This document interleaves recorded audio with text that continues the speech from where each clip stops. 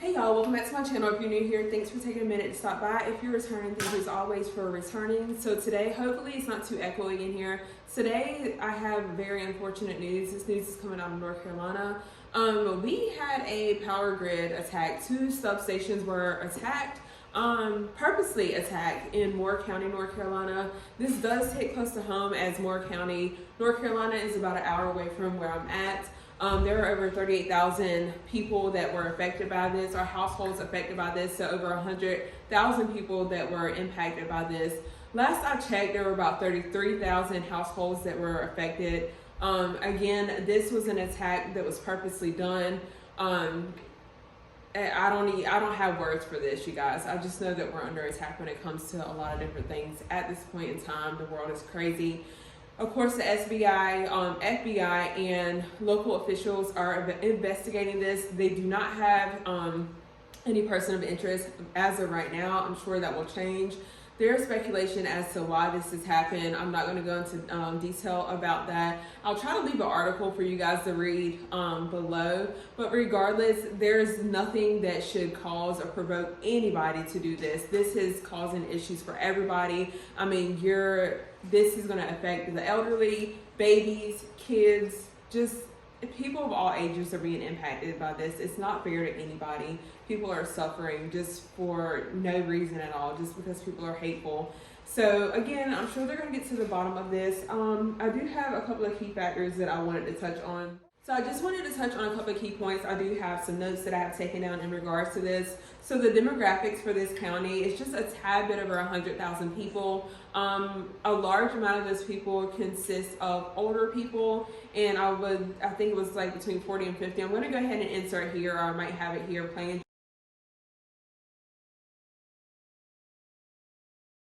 just so you can look over the demographics as well right now. So this is affecting a lot of people, or pretty much everyone in some kind of capacity. There are people who rely on, power, electricity, and I mean, we all rely on it, but what I mean by that is comes to life or death for some people. I mean, there are some people who need oxygen, and they have oxygen tanks that they need, and you need power to use that. There are some people who, need dialysis machines.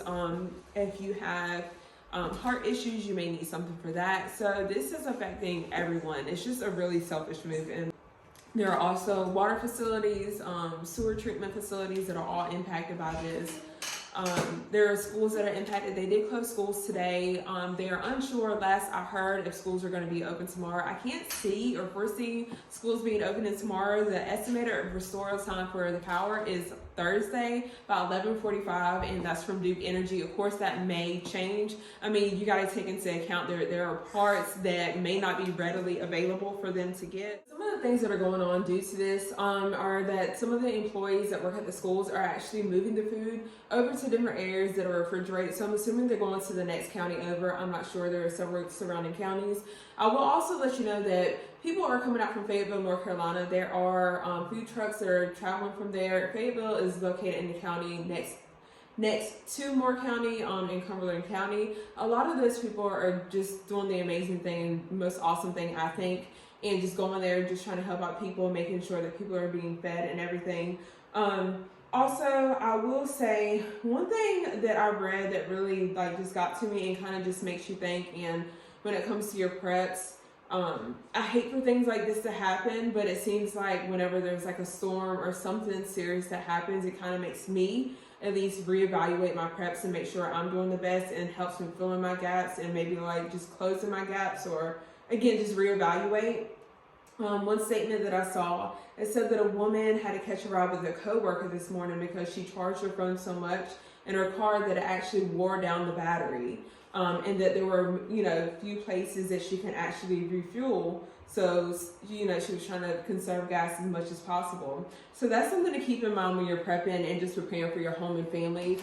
Take all of those things in consideration, because I know that some people would have to get in their car to heat, just to stay warm, just because the temps here are pretty low. I mean, we were in the 20s several times last week and over the last few days. I think right now we're probably in the 40s. I'm not even sure, but it's definitely cold outside, and I can't imagine having the temps drop at night, especially with kids. So, and everybody's in the same situation. I mean, granted, there are some people that have and can't afford generators, but not everybody is fortunate to be able to, you know, afford generators, to even be in a situation or a place where they can use generators.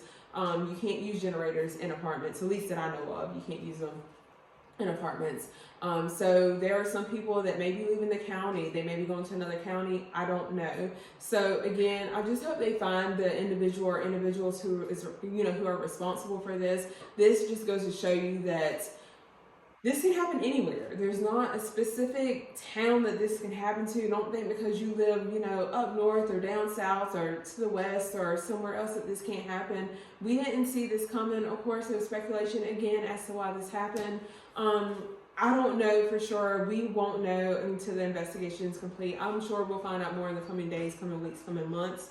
But this was intentional. It's very intentional. The fact that they shot up this place, even the gates to this place, like they were taken off the hinges. It's not like they took a truck and just, you know, ran through it. It was very, very intentional. And I don't know. The fact that they knew they had enough time to take the gates off the hinges, that's alarming too. But again, I don't want to speculate. That's not my job. I don't have those kind of investigation skills or anything like that. But just make sure you are staying safe. Be vigilant. Be very vigilant. Make sure you're keeping an eye on things. Check in on your friends, your family, your loved ones. Just check in on everybody, because clearly people are just out here just doing a lot of evil things. So that's the end of this video. And I'm not going to ask you to like this video just because of what it's about. I don't want to ask that. So I will see you guys in the next video.